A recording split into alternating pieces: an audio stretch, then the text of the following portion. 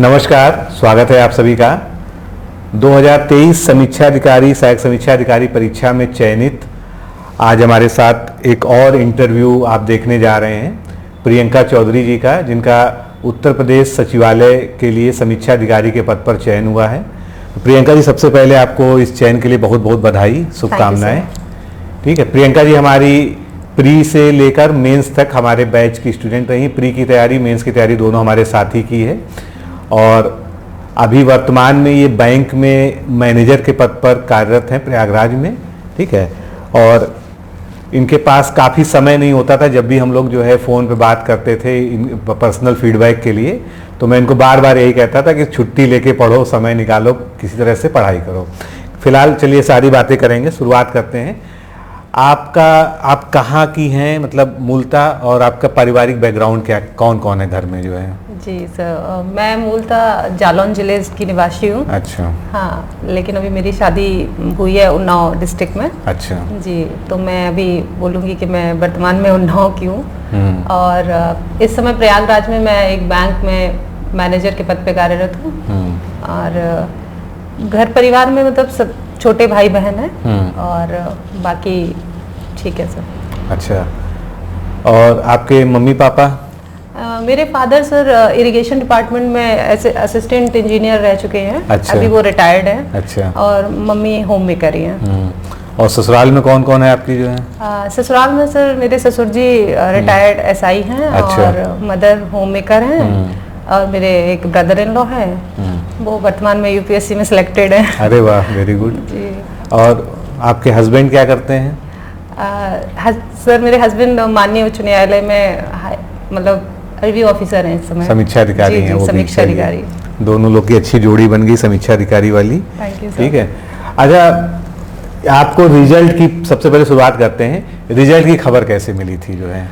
Sir result का तो group में सब जगह चल ही रहा था कि 3 तारीख से रिजल्ट आना है और मैं डेली वेट करती थी। और जब 3 को नहीं आया तो मैं एकदम से बहुत नर्वस हो गई कि पता नहीं अब क्या है, क्यों नहीं आ रहा है। क्योंकि जैसे जैसे टाइम बढ़ रहा था वैसे वैसे स्ट्रेस बढ़ रहा था। बिल्कुल। और सिंस मार्च क्लोजिंग होती बैंक में, मतलब जो लोग होंगे बैंक में वो लोग समझ रहे होंगे कि हालत खराब थी कि भाई अभी क्लोजिंग हो गई, अब ऑडिट होगा और अभी ऑडिट भी देखना है और उसके बाद फिर रिजल्ट भी। तो मतलब बहुत ज़्यादा उस समय मेंटल स्ट्रेस से मैं जूझ रही थी। लेकिन परिवार का सपोर्ट रहा, मतलब सब लोग बोलते रहते थे, मेरी मदर इन लॉ, मेरे हस्बैंड बोलते रहते थे कि नहीं तुम्हारा जरूर होगा, तुमने बहुत मेहनत करी है। तो इसलिए। अपना रिजल्ट खुद देखा या किसी और ने बताया?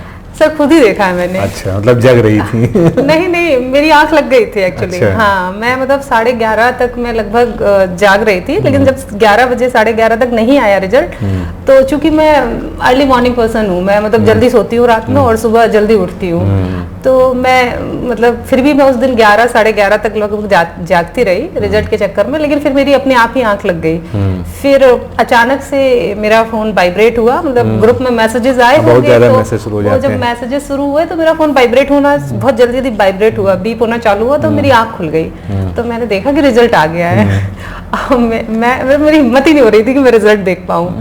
फिर मैंने गहरी सांस ली और मुझे लगा कि नहीं, अब मेहनत करी है तो रिजल्ट तो देख ही लेते हैं। तो और कॉन्फिडेंस भी था उतना कि हाँ होना चाहिए, मतलब जिस हिसाब से मेरे एग्जाम हुए थे मुझे लग रहा था कि मेरा रिजल्ट तो पॉजिटिव ही होना चाहिए। तो मैंने फिर देखा, लेकिन जब ऊपर से जब स्क्रॉल करना चालू किया और फिर जब नाम आपका नहीं मिलता है ऊपर से टॉप 100 तक आप स्क्रॉल करते हो, क्योंकि परीक्षा अच्छी जाती है तो आप सोचते हो कि आपकी रैंक ऊपर रहेगी। ऊपर ही आएगा जो। हाँ, लेकिन जब आप स्क्रॉल करते हो और मतलब आपके ऊपर नाम ना मिले तो फिर आपको लगता है कि कहीं आपसे गलती से भी कोई गलती तो नहीं हो गई है। लेकिन फिर भी मैंने हिम्मत नहीं हारी, मैं पॉजिटिव रही उस समय भी और मैंने नीचे तक रिजल्ट देखा। तब तक मेरे हस्बैंड भी जाग चुके थे, तो वो बोले कि अरे तुम्हारा हो गया है। तो मैंने कहा अच्छा, बोले हाँ देखो हो गया है। तो मैंने देखा तो हाँ मेरा 287 पे मेरा नाम था। फिर मैंने कहा नहीं पहले मैं अपना रोल नंबर मिलाती हूँ किसी और, क्योंकि आजकल ना इतना ज्यादा डुप्लीकेसी आ रही है। तो मैंने कहा कि नहीं, मैं अपना एडमिट कार्ड पहले खोजूँ।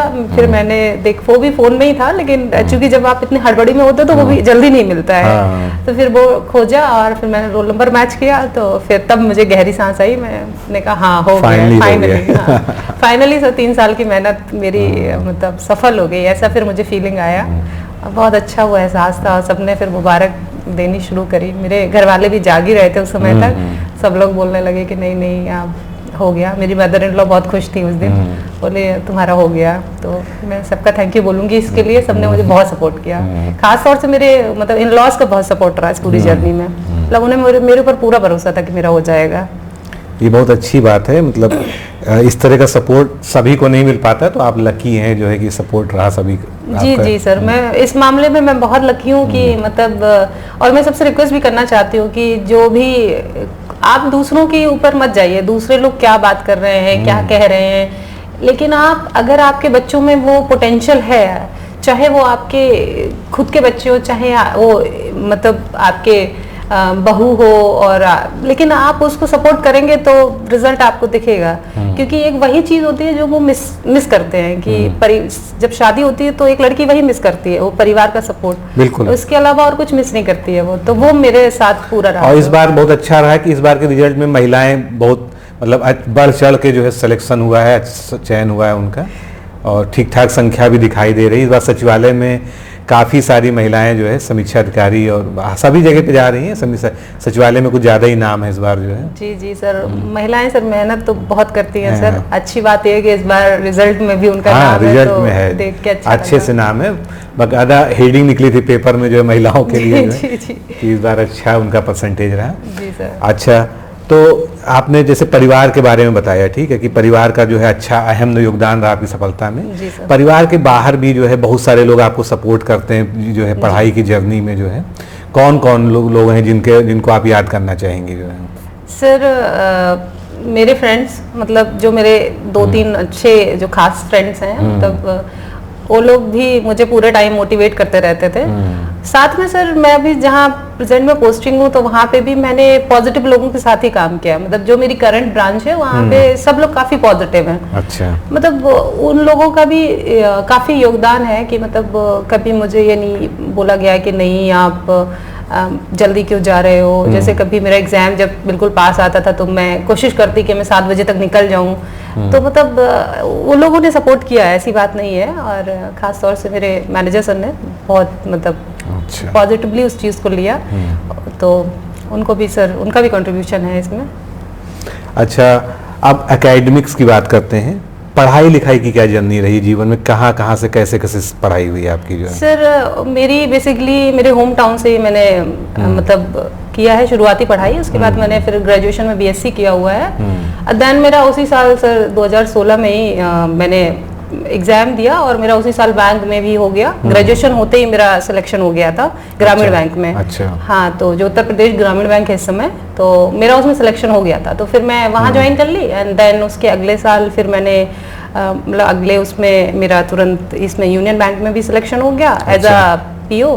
तो फिर मैंने वहाँ ज्वाइन कर लिया ग्रामीण बैंक छोड़ के, और तब से फिर मैं यूनियन बैंक में ही पिछले 8 साल से काम कर रही हूँ। तो जब आप 8 साल से कर ही रही हैं काम, है ना? जी। अच्छा, एक मिनट थोड़ा सा सामने देके बात कीजिए। हाँ। चलिए फिर से दोबारा पूछते हैं। जब आप 8 साल से लगातार काम कर रही हैं, अर्न कर रही हैं, है ना, बैंक की जॉब भी अच्छी ही मानी जाती है, थोड़ा सा स्ट्रेस भले ज़्यादा कहा जाता है कि होता है, फिर आपको ये क्यों मन में था कि हमको जो है समीक्षा अधिकारी बनना है या पीसीएस बनना है ना? आज तो आप अभी तो आप मैनेजर की पोस्ट पे हैं। जी जी। मैनेजर एक ठीक ठाक पद माना जाता है बैंकिंग में जो जी, है। जी बिल्कुल सर। ये तो सर बिल्कुल सर, बैंक की जॉब बहुत अच्छी है, बहुत प्रेस्टिजियस जॉब है। काफ़ी मतलब आपको चीज़ें काफ़ी सीखने को मिलेगा, काफ़ी आपको मतलब काफ़ी सुविधाएं हैं। सुविधाओं के मामले में बैंक की जॉब मतलब one of the best job मानी जाती है, तो बहुत अच्छी जॉब है। बट सर जब 2023 में मेरी शादी हुई तो उसके बाद मेरे हस्बैंड चूँकि स्टेट गवर्नमेंट में है और मैं सेंट्रल गवर्नमेंट में, तो फिर उस समय पहली बार ये दिमाग में आया कि क्यों ना मतलब एक बार ट्राई किया जाए कि मैं भी स्टेट की सर्विसेज में पार्टिसिपेट करूं। तो फिर उस समय सचिवालय का उसी समय पे जस्ट एग्जाम आने वाला था, मतलब बज चल रहा था मार्केट में कि सचिवालय समीक्षा अधिकारी आने वाला है। तो फिर 2023 के समीक्षा अधिकारी का अक्टूबर में फॉर्म निकला। उसमें मैंने सितंबर से पढ़ना शुरू किया था और अक्टूबर में फॉर्म निकल गया। तो वो मेरे लिए एकदम ग्रीन सिग्नल था कि नहीं, ये तुम्हारे लिए ही है। तो उस समय फिर मैंने तब से फिर समीक्षा अधिकारी को फोकस करके फिर मैंने वही एग्जाम मैंने पहली बार ही मैंने पूरे लग के मैंने उसको क्लियर कर लिया है। अच्छा, बाकी और कोई एग्जाम नहीं दिया आपने आज तक जो है? नहीं सर, दिए हैं एग्जाम्स तो काफी दिए हुए हैं और काफी में सफलता भी मिली हुई है।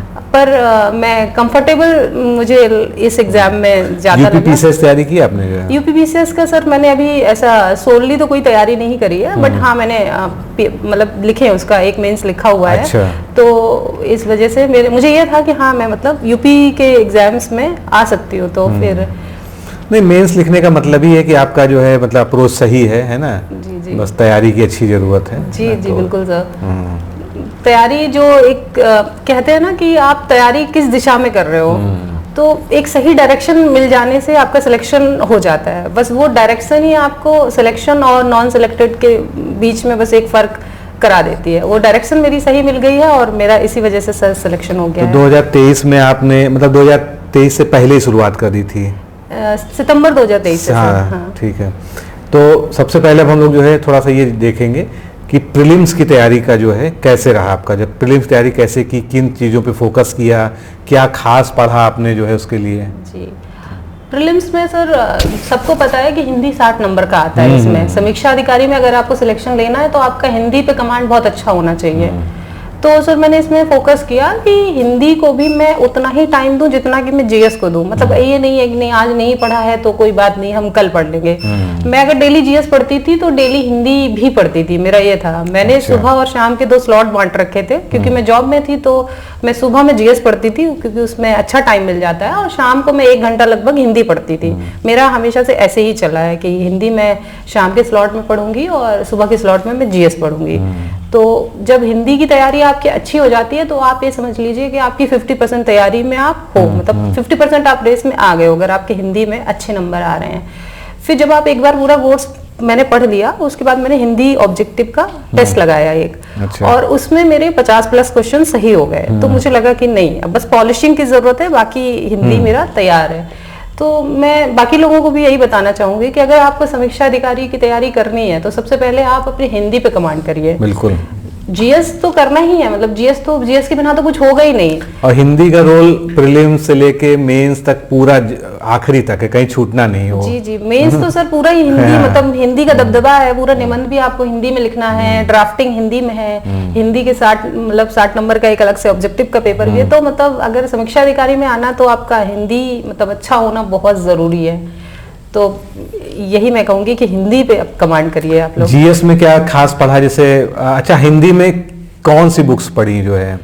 स्टार्टिंग में सर जब मैंने 2023 में जो कैंसिल हो गया था पेपर, जब मैंने वो दिया था तो मैं पीएन पांडे और डिकोड की बुक मैंने उस समय ली थी। 2 बुक्स मैंने करी हुई थी। और अभी जब कैंसिल हो गया पेपर तो मैंने सिर्फ डिकोड की बुक और घटना चक्र का पीवाईक्यू, ये 2 से ही मैंने केवल तैयारी की। मैंने और कोई तीसरी बुक नहीं देखी है। उतना पर्याप्त है, उससे ज्यादा जरूरत भी नहीं है। ऑब्जेक्टिव के लिए तो जरूरत नहीं है जी। और जीएस में क्या कैसे पढ़ा आपने जो है? जीएस में सर चूंकि पहले से ही मैंने थोड़ा बहुत पढ़ रखा था तो मेरे खुद के नोट्स थे जीएस के। जैसे कि मेरा लक्ष्मीकांत मैंने बहुत पहले पढ़ रखा था 2018 में ही, तो मैंने उस समय उसके शॉर्ट नोट्स बना रखे थे। तो फिर मैंने उनको दोबारा निकाला। तो घटना चक्र के पीवाईक्यू और पॉलिटी में लक्ष्मीकांत का शॉर्ट नोट जो मैंने खुद बनाया था वो। और हिस्ट्री में मैंने एक और कोचिंग का मटेरियल रेफर किया था एंशिएंट और मिडिवल के लिए। अच्छा। और मॉडर्न के लिए तो स्पेक्ट्रम का शॉर्ट नोट मैंने बनाया था। तो मेरी ये तैयारी के कुछ मेरे जो मैंने पहले से शॉर्ट नोट्स बनाए थे तो वो प्लस साथ में मैंने पीवाईक्यू जो घटना चक्र का पीवाईक्यू जो मोटी मोटी बुक्स आती हैं वो सारे सब्जेक्ट का मैंने पीवाईक्यू किया। और जो मैंने शॉर्ट नोट्स और कोचिंग का मटेरियल था वो किया। यूपी के लिए मैंने डिकोड का मटेरियल प्रेफर किया, क्योंकि डिकोड काफ़ी अच्छे से उसमें कवर करता है यूपी का, चाहे वो आपका कोई भी करंट अफेयर से रिलेटेड टॉपिक हो, या फिर आपका स्टैटिक हो, या फिर कोई जो भी डेटा से रिलेटेड जितने भी हैं, डेटा से रिलेटेड मतलब फैक्चुअल जितना भी है वो मैंने सब डिकोड से किया, सेंसर डिकोड से किया। करंट अफेयर जो यूपी का आता है वो हर मंथ का आता हाँ, है, तो उसमें सर काफी योगदान है। मतलब ये एक्चुअली ये मैंने सब्जेक्ट को ना 2 कैटेगरी में डिवाइड किया हुआ था। एक होता था जिसमें ज्यादा पढ़ के ज्यादा नंबर आ रहे थे, एक जिसमें कम पढ़ के ज्यादा नंबर आ रहे थे। तो ये जो लिस्टिंग वाला जो जितना भी डेटा वाला जो सब्जेक्ट्स हैं, ये माइनर सब्जेक्ट्स में गिने जाते हैं। मतलब इनका आपको क्वांटिटी कम होती है बट ये आउटपुट अच्छा देते हैं। तो मैंने ये इस तरीके से मैंने पढ़ाई की थी। मतलब मैंने एक्चुअली स्ट्रेटेजिक पढ़ाई करी थी। मतलब मैंने, क्योंकि मेरे पास टाइम बहुत कम था, सर हमेशा मुझे बोलते रहते थे कि आप छुट्टी क्यों नहीं लेते हैं, छुट्टी क्यों नहीं लेते हैं। तो मैं हमेशा, मेरा वही रोना था कि सर छुट्टी की थोड़ी समस्या है। बैंक में छुट्टी मिलती भी नहीं है आसानी से। वही सर, बाकी स्टेट गवर्नमेंट की जॉब्स में किसी तरह से मिल भी जाती है, और बैंक में बहुत ज्यादा टाइम लगता है। जी सर, वही जब आप एक ऐसी रिस्पॉन्सिबिलिटी वाली जॉब में होते हो ना, तो फिर थोड़ी समस्या होती है। लेकिन यह है कि अगर आप उसमें मैनेज सही से करो, क्योंकि पोस्ट ही मैनेजर की है तो मैनेजमेंट तो आना ही चाहिए। बिल्कुल। तो बिल्कुल सर, तो टाइम मैनेजमेंट मैंने किया। करंट अफेयर्स का कैसे आपने किया? जो है डेली अखबार पढ़ती थी? डेली न्यूज़पेपर में पढ़ती हूँ, लेकिन ऐसा नहीं है कि मैं हमेशा ही डेली ही पढ़ रही हूँ। लेकिन ये था कि पहले मैं इंग्लिश न्यूज़पेपर पढ़ती थी। मतलब स्टार्टिंग में जब प्रीलिम्स था तो मैं इंडियन एक्सप्रेस पढ़ती थी, पर चूंकि मुझे मेंस लिखना था तो मैं फिर जनसत्ता पे आ गई। मैं हिंदी के न्यूज़पेपर पढ़ने लगी। जनसत्ता बेस्ट है हिंदी के लिए जो है। बिल्कुल सर। फिर मैं वो न्यूज़पेपर, चूंकि मैं उसके लिए पढ़ती थी कि उससे एडिटोरियल भी हो जाता था और करंट अफेयर्स भी हो जाता था। उसके बाद जो मंथली आता था, कोचिंग का जो मंथली आता था बुकलेट, तो उससे मैं लगभग उसको रिवाइज कर लेती थी। एंड देन ईयरली में मैं वो घटना चक्र की जो आंख वाली बुक आती है उससे मैं ईयरली करती थी। तो मेरा ऐसे 3 स्लॉट रहते थे कि मतलब हाँ, ये डेली का जो छूटता था वो मंथली में कवर हो जाता था, वो मंथली का जो छूटता था एंड फिर रिवीजन तो फिर आप उससे आंख वाली से कर ही लेते हैं। क्योंकि अगर आप डेली अगर पढ़ रहे हैं तो मंथली बहुत इजीली हो जाती है, आराम से हो जाता है। और अगर मतलब डेली नहीं भी पढ़ सकते तो कोई बात नहीं, आप मंथली पढ़िए। अगर मंथली में क्या होता है कि अगर आप डेली आधा घंटे भी पढ़ेंगे तो मंथली कवर हो जाएगा। और वो जब ईयरली मैगजीन आती है तो उसमें सर फिर वो उतना प्रेशर नहीं रहता आपके ऊपर। प्रेशर नहीं रहता, मैटर भी कम हो जाता है, क्योंकि जो आउटडेटेड चीजें होती हैं वो मैगजीन से हट जाती हैं। जी जी बिल्कुल। क्योंकि कोई चीज जिसका आज वेटेज है, आज जिसका जो है ज्यादा चर्चा है, 6 महीने बाद वो न्यूज से बाहर हो जाती है, तो करंट के लिए ज्यादा इंपॉर्टेंट नहीं रह जाती है। बाकी सर मैं ये करंट अफेयर के लिए स्टूडेंट्स को एक चीज़ और भी बोलना चाहूँगी कि ज़रूरी नहीं है कि अगर मैंने कहा कि आप मंथली पढ़ो या डेली बेसिस पर पढ़ो, वो ज़रूरी नहीं है। आप एक ही सोर्स करो लेकिन उसको रिपीटेडली पढ़ो। हाँ बिल्कुल। क्योंकि अगर आप बहुत सारे सोर्सेज से पढ़ोगे तो आप रिवाइज नहीं कर पाओगे। तो सोर्स एक ही रखा मैंने और रिवीजन उसका किया मैंने।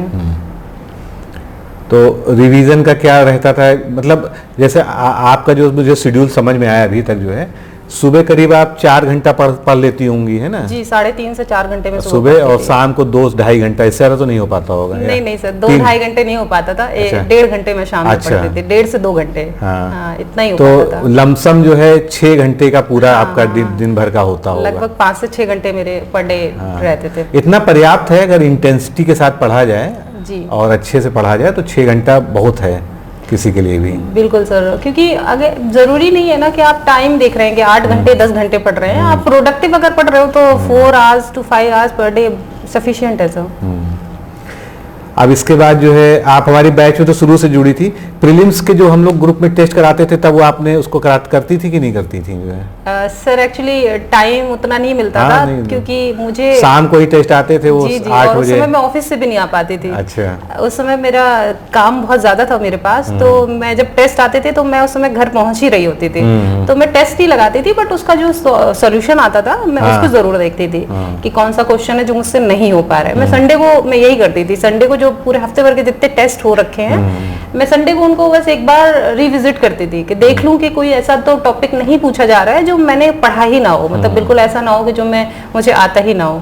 तो मैं मतलब देखती थी। मैं मतलब एक्टिवली पार्टिसिपेट तो नहीं कर पाती थी उस समय, लेकिन हाँ, मैं लर्नर अच्छी थी, मैं बराबर देखती रहती थी उसको। फिर इसके बाद पहला पेपर होता है, वो दुर्भाग्यवश जो है कैंसिल हो जाता है। फिर दूसरा पेपर होता है प्रीलिम्स का, है ना? जी जी सर। तो प्रीलिम्स में क्या उम्मीद है, कितने मार्क्स आपके आए थे जो है प्रीलिम्स में? अभी तो खैर रिजल्ट, वो मार्कशीट नहीं आई है किसी की भी जो है। सर आयोग की ऑफिशियल आंसर किट से मेरे 140 के करीब मेरे क्वेश्चन सही थे, 141 के करीब, 140 के करीब मेरे सही थे, मुझे जितना मैं रिकॉल कर पा रही हूँ कि मेरे 140 के करीब सही थे। तो ठीक ही था, क्योंकि मतलब इस बार हाई मेरिट गई थी ना जो है। हाँ सर। पेपर आसान था तो मेरिट हाई भी चली गई थी काफी जो जी, है। जी। आसान पेपर होने का क्या नुकसान होता है लोगों को? सर जो सीरियस कैंडिडेट होते हैं ना, आसान पेपर का सबसे ज्यादा नुकसान उन्हीं को होता है सर। अच्छा। क्या होता है कि जो इजी क्वेश्चंस होते हैं वो सबके पढ़े हुए होते हैं, मतलब हम लोग स्टार्टिंग से पढ़ते हुए आ रहे हैं। आप उतना मतलब डिफरेंशिएट ही नहीं कर पाओगे कौन सीरियसली पढ़ाई कर रहा है, कौन नहीं कर रहा है, क्योंकि आसान क्वेश्चन से जो सीरियस कैंडिडेट होते हैं उनको थोड़ा सा नुकसान होता है। नहीं, बिल्कुल होता है, बहुत ज्यादा तो नहीं लेकिन थोड़ा सा होता है। उसके बाद से ही, उस पेपर के बाद से ही मैंने जो अपनी बैच की स्टडी है उसमें एक चीज जोड़ी कि सभी को ल्यूसेंट जरूर पढ़ना है ना। ल्यूसेंट में पहले से भी कहता आता था, लेकिन इस बार मैंने फोर्सफुली सभी से कहा कि सब कुछ पढ़िए, घटना चक्र भी पढ़िए, नोट्स भी पढ़िए, लेकिन ल्यूसेंट जरूर पढ़िए फैक्चुअल के लिए जो है।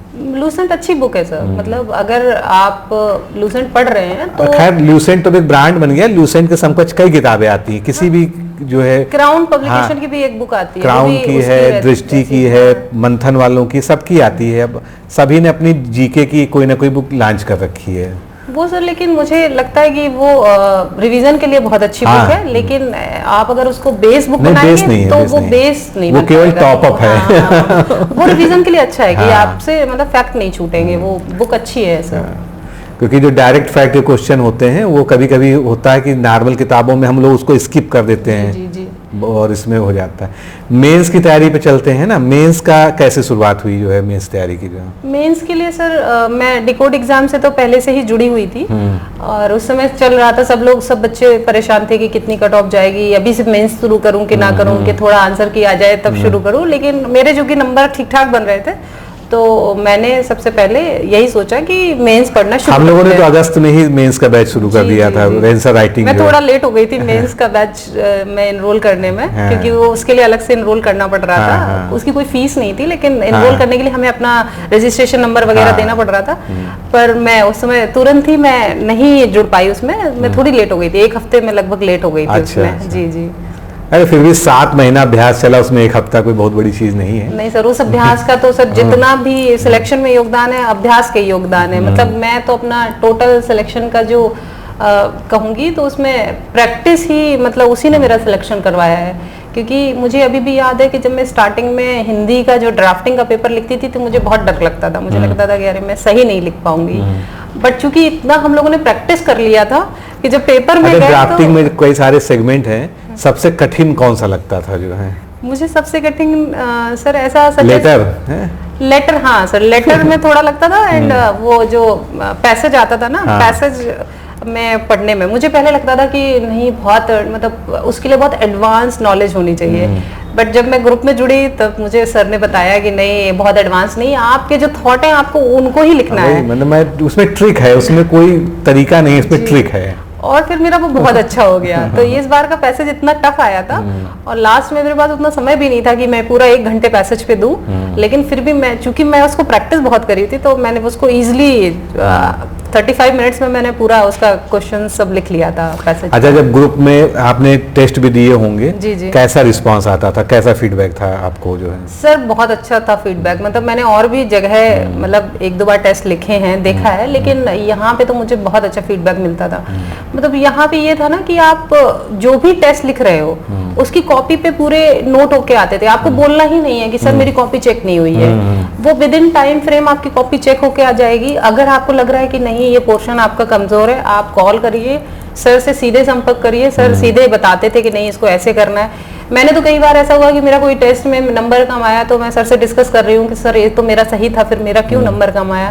तो मुझे पता चला कि नहीं, वहाँ कॉमा लगना था, वहाँ मैंने कॉमा नहीं लगाया है। तो ये सब चीजें मुझे तभी पता चली। अगर मैं नहीं वो प्रैक्टिस करती तो मेरे मार्क्स नहीं आते, क्योंकि वो कॉमा और मैटर करता है वहाँ पे। बिल्कुल बिल्कुल, पत्र में तो खासकर मैटर करता है। जी बिल्कुल सर, पत्राचार में तो सर कॉमा का, डॉट का, सभी चीज का।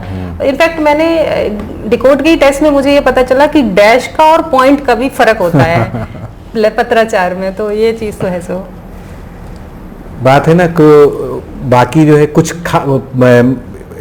बुक्स हैं जो है मार्केट में, लोग उसी को जो है अंधाधुंध फॉलो कर लेते हैं, कोई समझाने वाला नहीं होता है कि अगर ये यहाँ पर डैश लगा तो क्यों लगा है, क्यों नहीं लगना चाहिए, प्रतिलिपि कैसे की जाती है।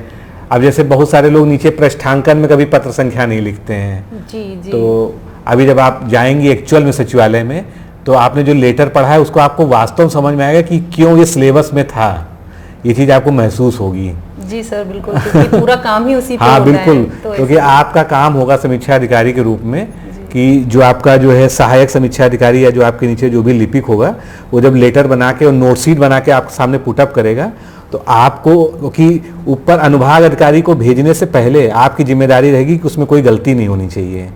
अगर गलती रहेगी तो आपकी रिस्पॉन्सिबिलिटी रहेगी। तो खैर इसकी ट्रेनिंग अलग से भी होगी, लेकिन इतनी रिगरस ट्रेनिंग नहीं होगी जैसे आपने पढ़ाई के समय कर लिया है।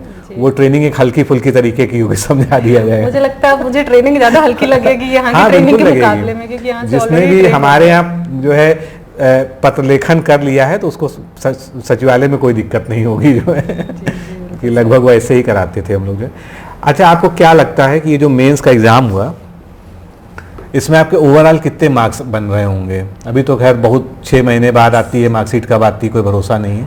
सर मैंने अपना एवरेज मतलब मैंने सोचा कि इतने तो कम से कम एवरेज ही लगाना चाहिए, एवरेज ही लगाना चाहिए हमेशा। मतलब जबकि सब लोग मुझे बोलते थे कि मेरा ये बहुत अच्छा है, आपके इसमें बहुत अच्छे नंबर आएंगे, लेकिन फिर भी मैंने उसमें नंबर कम करके जोड़े, तो अभी मेरे 260 से 270 तक बनने चाहिए। 260 से 270 के बीच में ही नंबर होंगे। तो गर्ल्स में तो इतना आराम से जो है, क्योंकि मेरिट भी हायर गई है।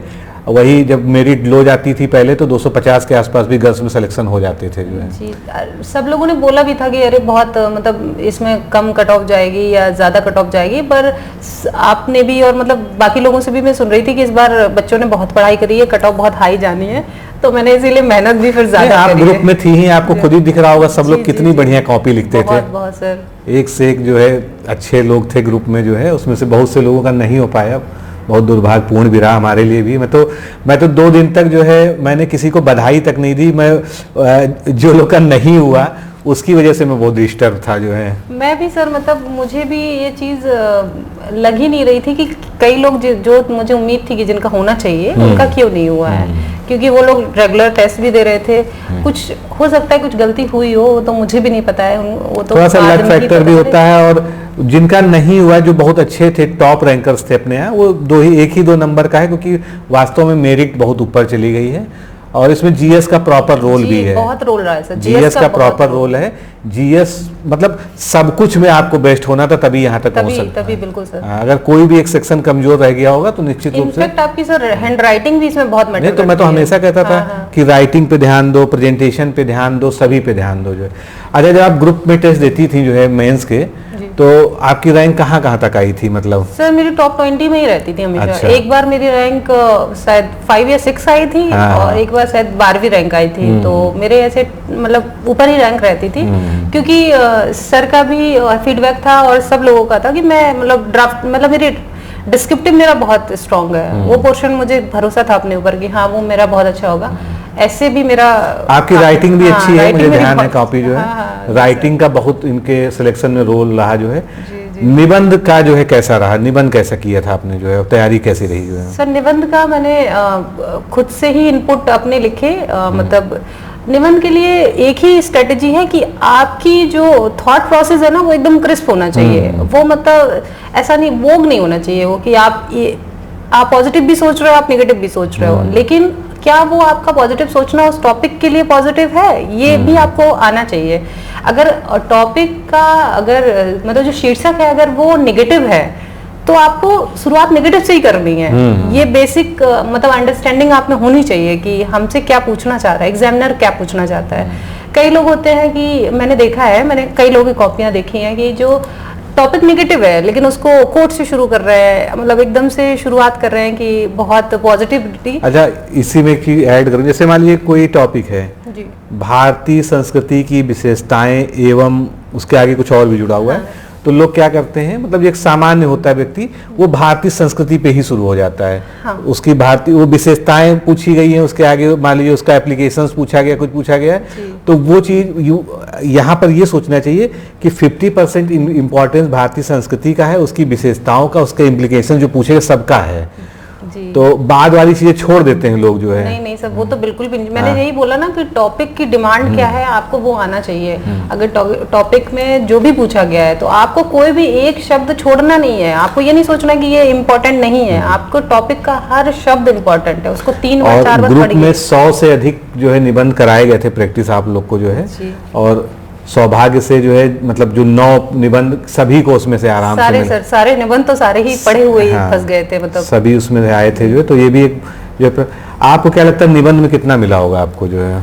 निबंध में सर मुझे लग रहा है कि मेरे 80 के करीब मिलने चाहिए मुझे नंबर। हाँ, 80 नंबर मेरे आने चाहिए निबंध में, क्योंकि निबंध मेरा बहुत अच्छा हुआ था। अच्छा। अगर बहुत ही अगर एग्जामिनर को मतलब उस दिन अच्छा नहीं रहा मूड तो 75-70 तक जाएगा, वरना सर 80 के करीब आना चाहिए। नहीं, आपकी राइटिंग और प्रेजेंटेशन जिस हिसाब से है वो आराम से 80 प्लस कोई बड़ी बात नहीं है, मैं भी ये मानता हूँ जो है। क्योंकि सर मेरा ऑब्जेक्टिव हिंदी में मेरे 2 क्वेश्चन गलत हो गए थे, तो मैं मतलब काफी नेगेटिव हो गई थी उस समय। मतलब मेरे मन में आ रहा था कि अरे मेरे कभी टेस्ट में तो कभी इतने कम नहीं हुए हैं, मतलब हिंदी में गलत नहीं हुए हैं, और यहाँ मेरे 2 क्वेश्चन कैसे गलत हुए, क्योंकि टेस्ट में मेरे सब फुल मार्क्स आ रहे थे उसमें हिंदी में, और वहां जाके मेरे 2 क्वेश्चन जो गलत हो गए और हड़बड़ी में एक्चुअली गलत हुए हैं सर।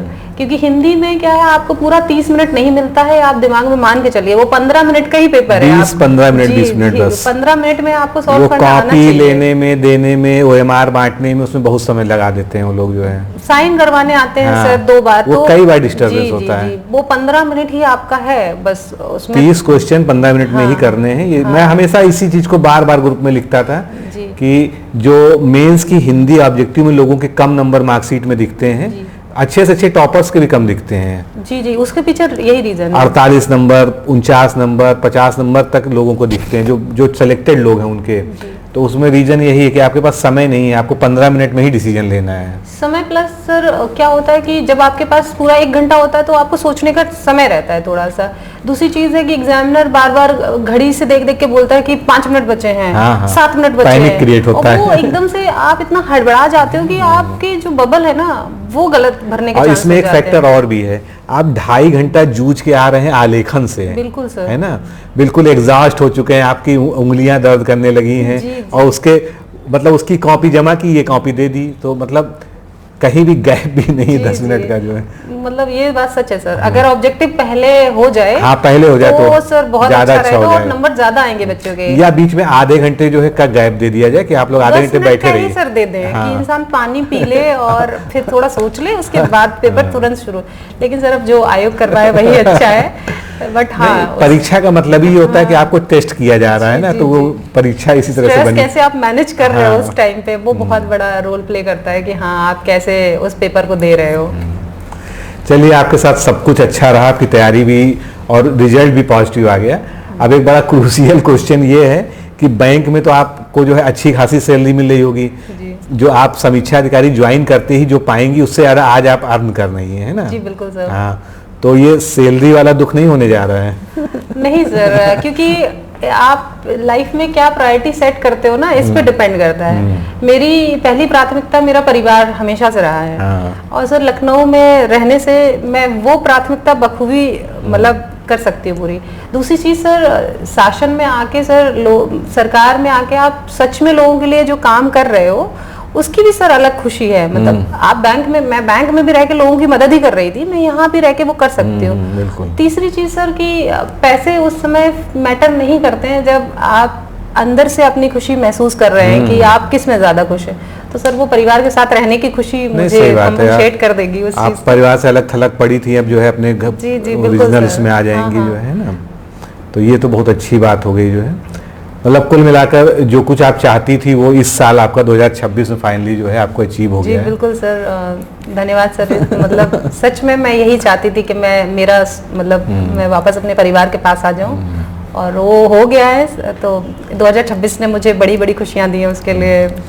अच्छा चलिए, अब जो है जाते जाते जो साथी आपके नहीं चयनित हो गए इस बार जो है ना, तो उनके लिए जो है आप कुछ ना कुछ जरूर बोलिए, जो है उनका हौसला बढ़ाइए। जो साथी नहीं तैयार हो पाए उनके लिए मेरा एक ही संदेश है कि देखिए, आप में और मुझ में कोई फर्क नहीं है। मतलब आपने भी बराबर मेहनत करी, मैंने भी। बस आप ये सोच लीजिए कि हो सकता है उस दिन आपका दिन नहीं था, और आप दोबारा से मेहनत करिए, क्योंकि जब आप मेहनत करते हैं ना तो फिर भगवान भी ये कहता है कि नहीं, इतना मेहनत कर रहा है इसका तो फिर अब होना ही चाहिए। तो आप कभी भी अपने आप को निराश महसूस मत करिए कि नहीं, मेरा नहीं हो पाया, मैं जीरो पे आ गया।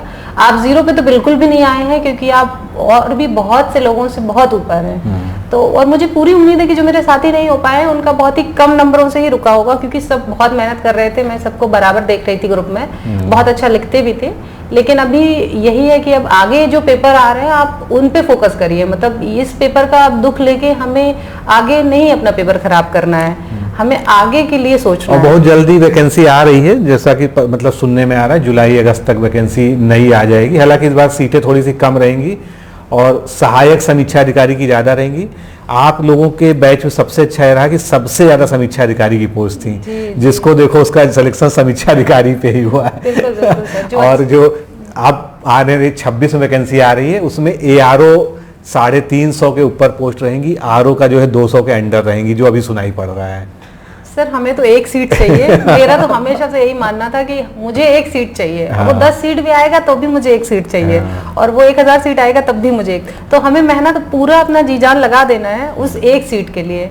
तो सीट पे उतना फोकस मत करिए, आप लोग पढ़ाई अच्छे से करिए तो आपका 200 सीट में भी हो जाएगा। आप लोग अभी बहुत अच्छा कर सकते हैं, उसके लिए बस मेरी शुभकामनाएं हैं आप लोगों के लिए कि आप बहुत अच्छा करें आगे। तो उम्मीद करते हैं कि प्रियंका जी से जो बातचीत आपने देखी जो है इनके साथ हमारी, उससे आप लोग को कुछ सीखने को मिला होगा, मोटिवेशन भी मिला होगा। तो आप लोग जो भी तैयारी करना चाहते हैं, डिकोड एग्ज़ाम से 30 सिलेक्शन हुए। हालांकि हमारा टारगेट 50 का था इस बैच से, लेकिन कोई बात नहीं, 30 भी कम नहीं होते हैं। और फिर जो है हम लोग अगला बैच हम लोगों ने स्टार्ट कर दिया है, उसमें शुरुआत से तैयारी शुरू हो गई है प्री से, और इस बार पिछले से ज़्यादा अच्छे करने का प्रयास करेंगे। और हर बैच में अच्छे ही लोग मिलते हैं, ऐसा नहीं है। मतलब मैं तो हर बार ये देखता हूँ कि पिछले बैच से ज़्यादा इम्प्रूव्ड आता है। 2021 की तुलना में 2023 में हमको और अच्छे लोग मिले। अब हम उम्मीद करते हैं 23 से मतलब जो है और अच्छे लोग 26 में मिलेंगे जो है। जी जी बिल्कुल सर। तो आप लोग भी तैयारी करना चाहते हैं तो डिकोड एग्जाम के साथ जुड़कर आप लोग विधिवत तैयारी कर सकते हैं। कोई भी समस्या हो तो आप लोग जो है पर्सनल मुझसे बात भी कर सकते हैं। प्रियंका जी का जो है मैं फिर से धन्यवाद करता हूँ, थैंक यू सर, हमारे साथ बातचीत की जो है, और इनको आगे जीवन के लिए बहुत बहुत शुभकामनाएं आप सभी की तरफ से भी, डिकोड एग्ज़ाम परिवार की तरफ से भी, जिससे कि अब इन्होंने जो चाहा था वो लक्ष्य हासिल कर लिया है। बाकी जीवन जो है इनका आनंदमय बीते, ऐसी प्रभु से प्रार्थना है। तो आप सभी का भी धैर्यपूर्वक हम लोग को देखने के लिए बहुत बहुत धन्यवाद। फिर मिलते हैं किसी अगले वीडियो में। नमस्कार, धन्यवाद। क्या आप लोक सेवा आयोग उत्तर प्रदेश की ROA-RO परीक्षा में सफल होकर सचिवालय में समीक्षा अधिकारी जैसे प्रतिष्ठित पद पर चयनित होना चाहते हैं? क्या आपके पास व्यस्त दिनचर्या या व्यक्तिगत परिस्थितियों के कारण नियमित पढ़ने के लिए समय की कमी है, इसलिए एक दिन में आप 8 से 10 घंटे नहीं पढ़ सकते हैं?